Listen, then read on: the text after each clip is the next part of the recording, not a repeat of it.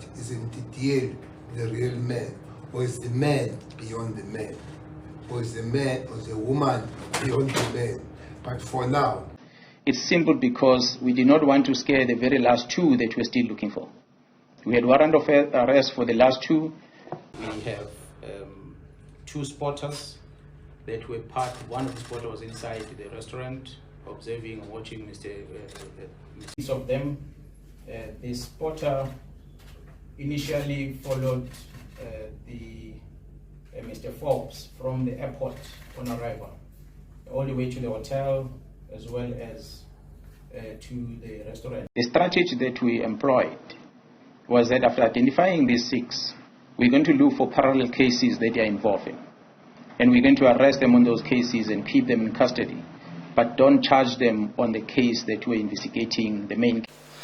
What Bheki Cele has done was to seek for at least benefit of a doubt from South Africans. I think as South Africans we have lost too much faith in the police service. Chiefly, I think, because you would see the difference in this press conference between Bheki Cele, who's a politician, and the general who is a career policeman. Stuck. I mean, the general stuck to his guns. The general stuck to his strategy as they planned for over a year. A very difficult to do, especially in a political year. You would have seen Julius Malema's going and showing just how much incompetent these people are about killing AKA and stuff. But we need to give credit where it's due.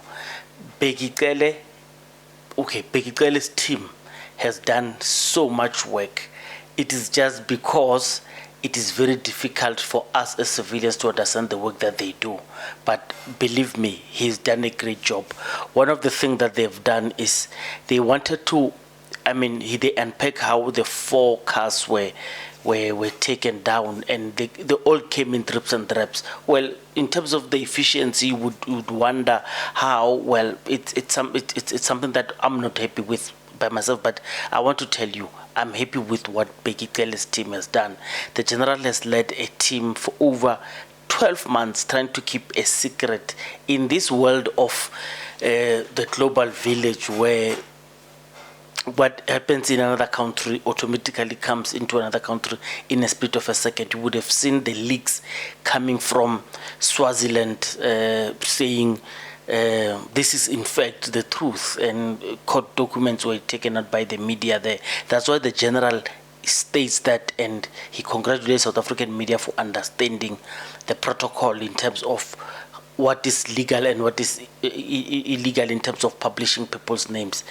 I'm happy that at least we are not going to have another Senzo Meyiwa in terms of quickly arresting someone with dreadlocks because they were told in that house there was someone with dreadlocks. This looks like a solid case, and if I'm fooled few months down the line, I would come back and say, guys, they ran a fast one on me. But I'm very convinced and I'm going to give them benefit of a doubt. I hope you do the same. Let us respect the police. By the way, you know this old adage that says, if you have never been chased by the police, if police have never wanted you, you will never understand how much work they do, and you will always disregard the work that they do. Policemen work. They work 24 hours. They say in the last few days they hardly ever slept because of that. AKA was taken down, was traced, and the guy paid them around 800,000, but they all shared the money equally. And another thing is, AKA was the main target. Tibello just got hit, and he was standing far from him. He just got hit, and there were spotters. Others followed him into there were a lot of spotters. All in all, we're expecting around 7 to 8 people, but those in custody are 6, those who were arrested. But this, if you just read this, it just goes to show you how much effort the police have went through, and it is South African police. Another one that we must state, it's South African police who traced and tracked those guys in Swaziland. But like they did with Thabo Bester in there, they still are afforded rights of sovereignty. They requested the processes, due processes for extradition, to say, guys, they are suspect, can you hand over them to, because if they could, they would have wanted to go and smuggle him and take them out of the country, but they didn't want to mess up the case, because South African police service works with the law. I'm very happy with what they are doing. It's just that they say the long arm of the law, it takes time and stuff. Of course, it takes time. We want instant gratification, but they want to seal this case and make sure that it doesn't come back. One other thing that I'm happy about is when the press conference was carrying on, you could see the difference between a career politician who kept wanting to play to the gallery, that's Bheki Cele, and the general who stuck to his guns. I mean, I'm very happy with what I've seen, and I'm very proud of South Africa. SADC countries, we come at you very hard for being the ones who come into our country and do things and run back to your country. In this instance, we could prove that it's one of our own who did bad things in our country and ran to a foreign country to taint you. Swaziland, sorry. Zimbabwe, sorry. Botswana, sorry. Well, Botswana is never really much accused of such. Lesotho, sorry. In this instance, we take the blame. We are the one who encouraged harboring of the criminal. But watch the clip that follow just to understand. But I beg of you, please give South Africans the benefit of a doubt. The South African police the benefit of a doubt when it comes to this. I have a good feeling that this one, even though it may not end at the last guy, the coordinator who's now called the mastermind. Even if we don't get to the mastermind, at least they would have arrested this one. We live in a mafia world. Let's not expect too much. This work in itself, it's good enough. Well, we'll see it when it unfolds. It's still going to be a very long one. Sure. The strategy that we employed was that after identifying these 6, we're going to look for parallel cases that they are involved in. And we're going to arrest them on those cases and keep them in custody. But don't charge them on the case that we're investigating, the main case 85 of February last year, which happened in Florida.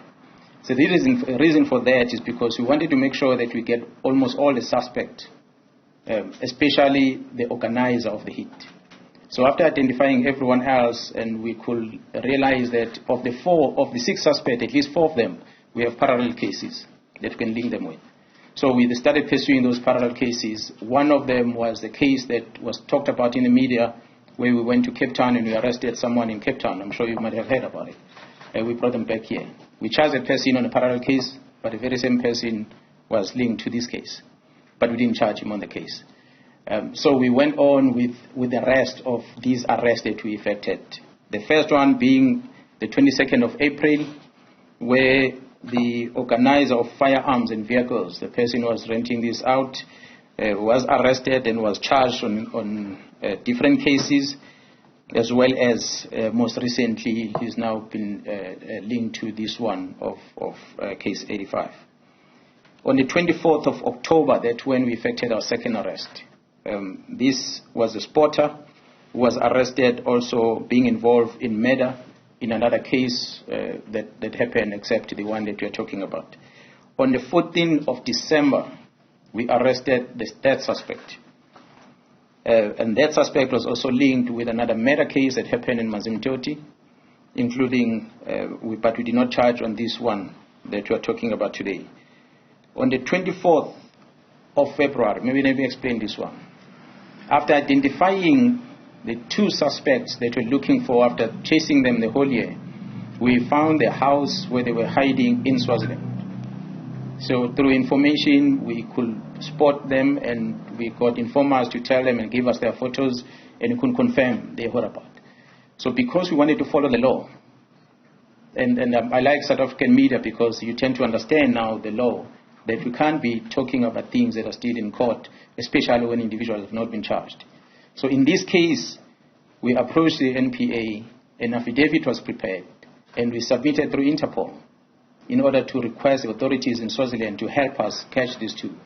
These 2 were arrested on Saturday morning in Swaziland. for other cases, as I've spoken about, including the one that we're talking about. However, when we were talking about the other parallel cases, it's simple because we did not want to scare the very last two that we're still looking for. We had warrant of arrest for the last two, which is the main guy that without him this case would not have been strong. We needed to get that one behind bars. So after getting these two on Saturday, we're told that they found them. We did not communicate that, as has been the case throughout, that you're not communicating it. We did not communicate on Saturday. We did not communicate on Sunday. On Monday, we had on our position warrant of arrest of the last two. Unfortunately, the news broke out. So when the news broke out, the very last suspect we were looking for went on a run, because the news were out, and they realized that the people that they thought were hiding that side, they're now running away, that they've been arrested. So they ought to run. So the team worked 24/7, 24 hours looking for them. And that was from Monday until early hours of this morning, when the lawyers came to us and they said, okay, they're going to hand themselves over, because we were hunting them and we had warrant of arrest. So this afternoon, they then were arrested and charged on the same case 85. One of these suspects that are in custody, that will amount into a total of 6 suspects that we're looking for. 4 of them are here, and 2 of them are not here yet, because we're still busy with the legal process that we cannot engage on now, because it involves many parties. So that's basically all timelines in terms of what has happened from last year, April, up until now. That we're talking about. The third one, it's a shooter who is linked to another murder case, another parallel murder case. We have another spotter. This was just outside the restaurant, who's also linked to another case. And we have another spotter who was outside Wish, who's linked to other 2 murder cases. And we have a shooter also as a 6th person who's linked with another murder case. In total of the exhibits that we've recovered thus far, it's a total of 4 vehicles, as well as a firearm that was used in the commission of crime, as well as cartridges that were picked up from the crime scene that were linked with another crime scene where another shooting.